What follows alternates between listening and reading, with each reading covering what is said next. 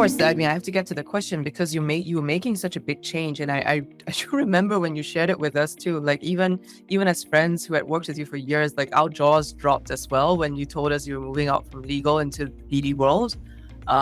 So did you have any naysayers? That how did you handle them? The answer is a resounding yes. I don't think it was naysayers as a personal attack on me. It wasn't like, we don't believe you can do the job. But the naysayers were, and I'll tell you the percentages in a second, a lot of people saying, are you crazy? Why would you ever leave the legal profession? And the funny thing is, I sent an email to my colleagues back in the law department. Been a great run. Couldn't have done it without you. And I sincerely meant it. It was the best place ever to be a lawyer. And I said, I'm moving over to BD, which has been an aspiration of mine for many years. And Leah, I gotta tell you, I probably got 5 to 10 people who replied immediately, like one-on-one, being like, oh my God, tell me how you did this. And I probably got 5x that, people being like, good luck. What is wrong with you? Because I think a lot of lawyers at Google, and it's, these are some of the most brilliant minds in the world, have also struck sort of the best place to work as a lawyer, in my opinion. And you're leaving the comforts of that profession in that community. And I was kind of following my gut, my heart. And so I didn't have personal naysayers, but I had people who I think were incredulous at the general decision being made. And it kind of made me proud. I'm like, yeah, I'm doing something that I know people want to do, but a lot of them just don't do it. And I gotta say, this actually goes way back to when I left engineering for law. I did that when I was young, but it honestly taught me like the best lesson ever, which was to listen to yourself and figure out who are your really close, trusted people in life. Like, my parents and my brother and now my wife. Between that, like, you can do big things and make big changes. Just know who you need to trust. And so this was a move where I knew I'd made a mega move 10 years before. I knew that I was capable of doing another one. I just had to kind of run it by my trusted system. And it was like all systems go. So even though I had naysayers, I kind of had the support I needed to go ahead and try this. Yeah, amazing. Actually, it's interesting now you say that, because I didn't have the context of you having done such a big change much earlier in your life. And so when we as friends and the social circle that you had around you had heard that you were going to make that pivot out of being a lawyer at Google, right? As you said, it was like, wow, all of that into joining the BD side of the world at Google. I think all of us were flabbergasted. Yeah. Like, what are you doing?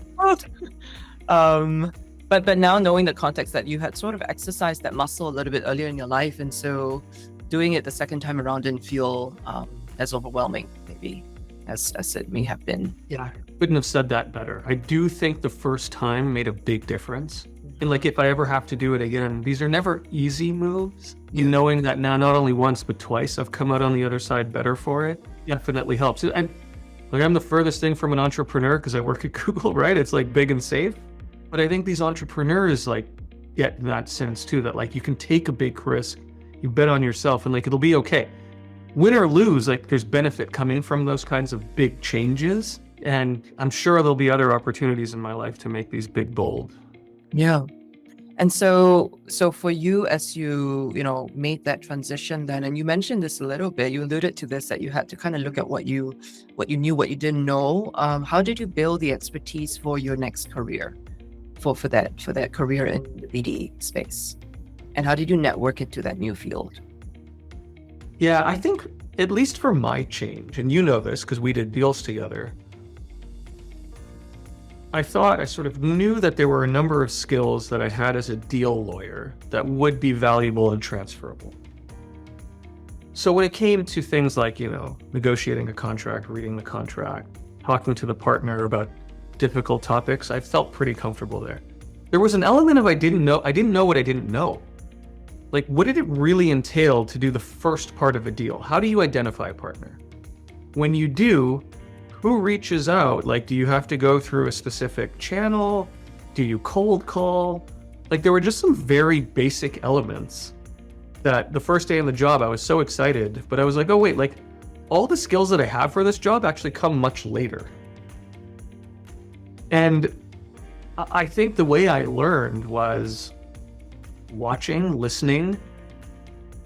Thankfully, as we talked about, I had a really supportive manager who was like willing to take me under his wing and coach me.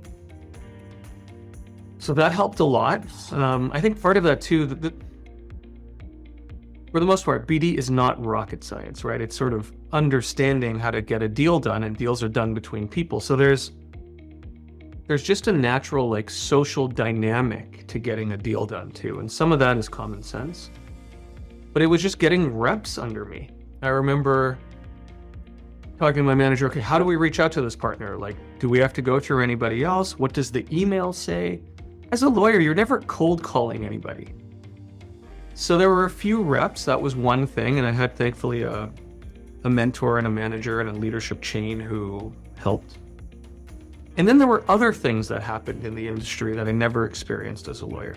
By way of example, right, CES or MWC, these big global conferences where you meet a ton of partners, and some are formal meetings, some are informal meetings. Well, I never had to pitch.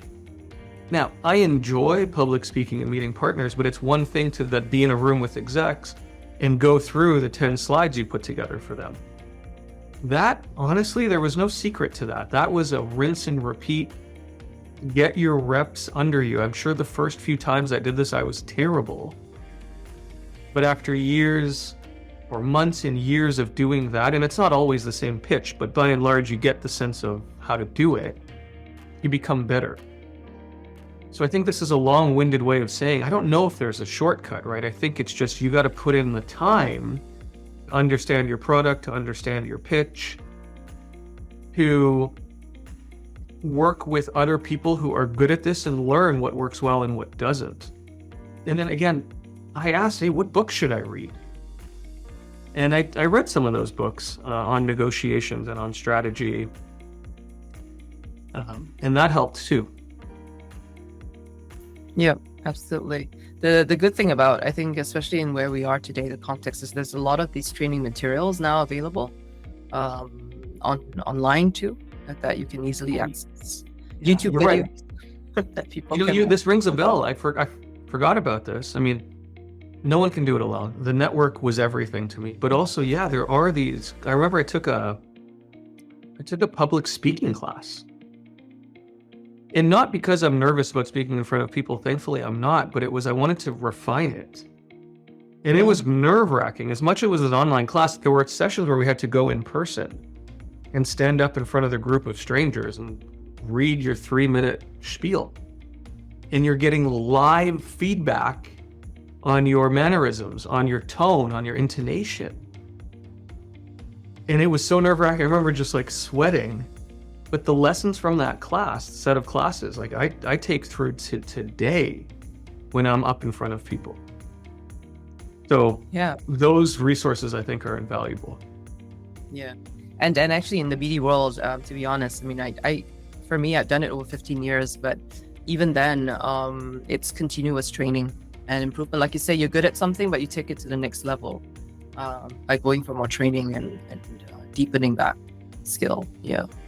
So yeah, we lose these skills, right? Whether it's being in front of a partner or putting together a term sheet or, negotiating the nuance of some clause in your standard contract, you got to practice. Yeah. And that's the only way to get better at it. And the people who seem to be the best leaders keep honing those skills.